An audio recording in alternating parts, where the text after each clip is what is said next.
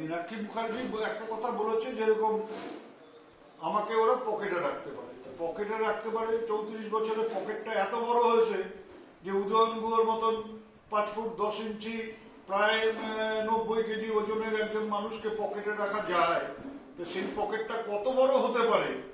পয়সা রেখে রেখে রেখে সেই পকেট এতটাই বড় হয়েছে যে উদয়ন গুহকেও সেই পকেটে ভরে রাখা যায়। আর একটা বলছিল যে আমাদের বাবার সম্পত্তি দিনহাটা। আমার বাবার সম্পত্তি না, কিন্তু বাবা এখানে মানুষের জন্য কাজ করেছেন, আমিও তার পথ ধরে এখানে মানুষের জন্য কাজ করবার চেষ্টা করি। মানুষ হয়তো অনেকে ভালোবাসেন, পাশে থাকেন। ওদের যদি ক্ষমতা থাকে, আমি মীনাক্ষী মুখার্জিকে বলছি যে আপনার তো এত ক্ষমতা, কোনো পুলিশ থাকবে না, কোনো মানুষ থাকবে না। আপনার যদি ক্ষমতা থাকে, দিনহাটায় এসে আপনি বা আপনার দলের কোনো নেতা বা আপনার দলের যারা আরো ওপরে আছে তাদেরকে বলুন দিনহাটায় এসে এই ধরনের কথা যেন মাইকে বলেন, আমার কিছু করতে হবে না। মীনাক্ষী মুখার্জি আরো একটি কথা বলেছেন যে আপনার মাথায় পুলিশের মাথায় যদি থাকতো তাহলে 2021 সালের 6ই মে যারা আমাকে আক্রমণ করেছিল তাদের অনেককে পুলিশ গ্রেপ্তার করতে পারেনি বা গ্রেপ্তার করেনি। আমার মাথায় যদি পুলিশের ছাতা থাকতো তাহলে আমি সেদিনকে দিনহাটা শহরে আক্রান্ত হতাম না।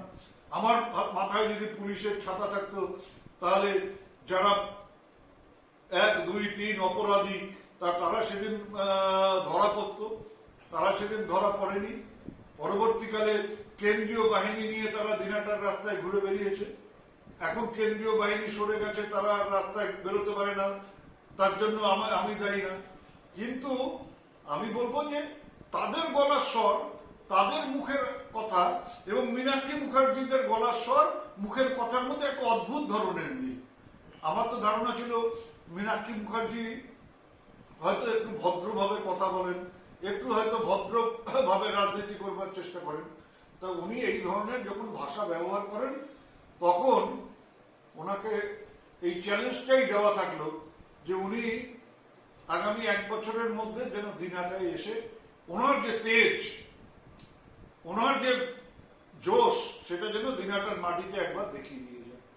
আর আমি কিছু বললে পারে বিভিন্ন মিডিয়া উদয়নের মুখে কুকথা, উদয়ন আবার কুকথা বললো, এই ধরনের খবর করা হয়। কিন্তু গতকাল থেকে মীনাক্ষী মুখার্জির এই যে কথা, এই যে বাবা তুলে কথা, এই যে পকেটে রাখার কথা, আমি কোনো মিডিয়াকে, কোনো চ্যানেলকে দেখছি না সেটা প্রচার করতে। এই যে যারা আমাদের আক্রমণ করে আনন্দ পায়, আমাদের সম্বন্ধে যারা 9 ঘন্টা 24 ঘন্টা ধরে নানা রকম কথা বলে বিরুদ্ধে, তারা হঠাৎ করে এই ধরনের কথাবার্তার ব্যাপারে চুপ করে আছে কেন?